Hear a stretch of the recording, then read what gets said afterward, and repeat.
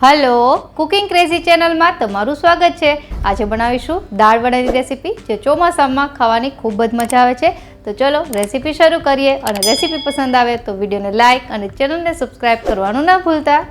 दाळवड़ा बनाववा माटे मैं 1 कप जेटली चणानी दाळ और 1/4 कप जेटली मगनी फोतरा वगरनी दाळ लीधी छे।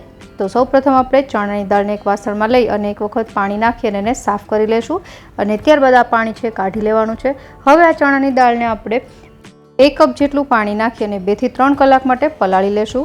अने हवे आ दाळनी जेम ज आपणे जे मगनी फोतरा वगरनी एटले के छड़ी दाळ लीधी छे एने पण आपणे एक वासणमां लई अने 1 कप जेटलुं पाणी नाखी अने एने पण साफ करी लेशुं अने त्यारबाद ए पाणी छे नितारी अने बीजुं पाणी छे एड करी देवानुं अने एने पण 2 થી 3 कलाक माटे पलाळवानी छे। तो आ बंने दाळ छे 2 થી 3 कलाक माटे पलाळवा माटे राखी दઈએ। त्यारबाद एने चेक करीशुं। तो 2 થી 3 कलाक पछी चेक करीए तो दाळ सारी एवी फूली गई छे।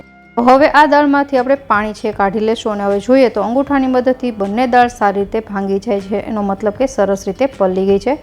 हवे आ बंने दाळने पीसवानी छे। तो एनी माटे अहीं 2 થી 3 मोटा चमचा जेटली चणानी दाळ लेशुं। अहीं मारुं मिक्सर जार नानुं छे एटले हुं जेटली समाय एटली लईश अने जे बचे छे एनो उपयोग पाछळथी करीशुं। अने त्यारबाद जे आपणे मगनी छड़ी दाळ पलाળી हती ए पण आमां एड करी देशुं अने आमांथी 1 मोटी चमची जेटली मगनी छड़ी दाळ छे एने राखवानी छे। एनो उपयोग हुं तमने आगळ रेसिपीमां जणावीश। हवे बंध करी अने आपणे एने अधकचરું पीसी लेवानुं छे। हवे चणानी दाळ जे आपणे आगळ बचावी हती एमांथी आपणे 1/4 कप जेटली दाळ छोड़ी अने बीजी बधी दाळ आमां उमेरी देवानी छे। अने आ दाळ अने जे आपणे मगनी दाळ बंने राखी हती एनो उपयोग हुं तमने आगळ रेसिपीमां जणावीश। तो अत्यारे एने साइडमां राखी देशुं। हवे आ दाळमां आपणे 6 થી 7 तीखी मरची छे जेने આવી રીતે વચ્ચેથી કટ કરીને એને ઉમેરી દેશું। અહીં તીખી મરચીનો જ ઉપયોગ કરવો। ત્યારબાદ 2 આદુના ટુકડા છે એને સમારી લીધા છે એડ કરીશું। ત્યારબાદ 1/2 ટેબલસ્પૂન જેટલા કાળા મરી અને 1/2 કપ જેટલી ઝીણી સમારેલી કોથમીર છે એને એડ કરી અને પાણી નાખ્યા વગર આ બધી વસ્તુને પીસી લેવાની છે। तो तमे जोई शको छो दाळवड़ा माटे अधकचરું पीसाईने बधुं मैं तैयार करी लीधुं छे। हवे आपणे एने एक वासणमां काढी लेशुं अने त्यारबाद जे मिश्रण तैयार कर्युं छे एमां जे सौथी पहेला आपणे दाळ बचावीने राखी हती ए आमां एड करी देवानी छे। आम करवाथी तमारा दाळवड़ा छे एकदम क्रिस्पी अने क्रंची बनशे। तो आ बधी वस्तु मिक्स थईने तैयार छे। हवे बीजा मसाला उमेरीशुं। सौ प्रथम अहीं एक मोटी साइजनी डूंगળી છે જેને ઝીણી સમારી લીધી છે એડ કરીશું। ત્યારબાદ 1 ટીસ્પૂન જેટલું મીઠું, તમે વધતા ઓછું કરી શકો તમારી રીતે। ત્યારબાદ 1 ટેબલસ્પૂન જેટલી ખાંડ અને 1 ટેબલસ્પૂન ખાંડ લીધી હોય એની સામે 2 ટેબલસ્પૂન જેટલા લીંબુનો રસ।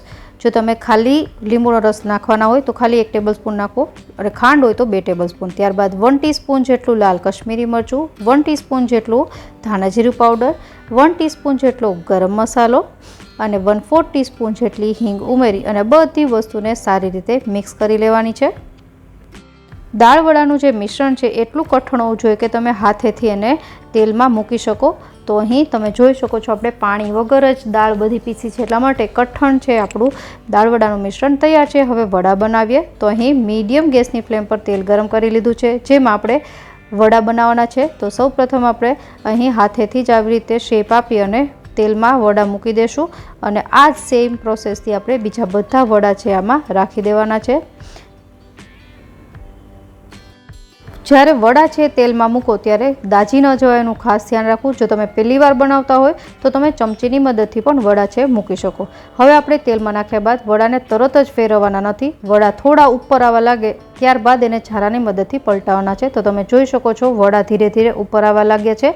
તો આપણે એને ઝારાની મદદથી પલટાવતા જશું અને આ વડા છે એમાં આપણે સોડાનો બિલકુલ ઉપયોગ નથી કર્યો એટલા માટે અહીં વડા છે ને મીડિયમ ટુ લો ગેસની ફ્લેમ પર તળવાના છે એટલે વડા છે કાચા ન રહે। તો મીડિયમ ટુ લો ગેસની ફ્લેમ પર આ વડાને તળાતા 5 થી 7 મિનિટ જેવો સમય લાગશે। તો હવે વડાનો કલર ચેન્જ થવા લાગ્યો છે એનો મતલબ કે વડા છે પાકી ગયા છે।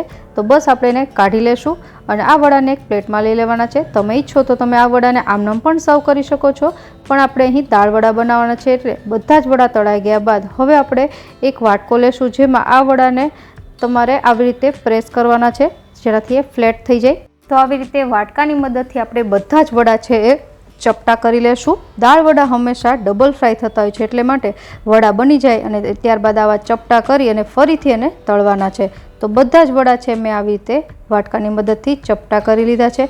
હવે આપણે એને ફરીથી મીડિયમ ટુ હાઈ ગેસની ફ્લેમ પર તળવાના છે. આ વડા છે પહેલાં એકદમ લાઇટ ગોલ્ડન બ્રાઉન જેવા હોય છે, તળાયા બાદ એકદમ ડાર્ક ગોલ્ડન બ્રાઉન જેવા થઈ જશે. આ વડાને તમારે મીડિયમ ટુ હાઈ ગેસની ફ્લેમ પર તળવાના છે. અને જે આપણે આખી દાળ છે જ્યારે વડાનું મિશ્રણ બનાવ્યું હતું ત્યારે નાખી હતી એ હવે તળાઈને એકદમ ક્રિસ્પી થઈ જશે. તો આ વડા છે એ તૈયાર થઈ ગયા બાદ એકદમ ક્રન્ચી અને ક્રિસ્પી બનશે.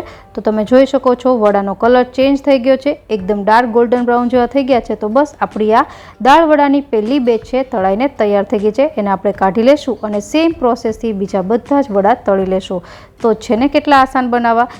એકદમ સિમ્પલ દાળમાંથી બનતી આ દાળ વડાની રેસીપી ખાવામાં ખૂબ જ ટેસ્ટી લાગે છે. તો બધા જ દાળ વડા છે એ તળાઈને તૈયાર છે. આપણે એને સર્વ કરીએ તો મેં અહીં એને દહીંની ચટણી અને લીલી ચટણી સાથે સર્વ કર્યા છે. હું તમને દાળ વડા છે કેટલા ક્રિસ્પી છે એ પણ બતાવી દઉં.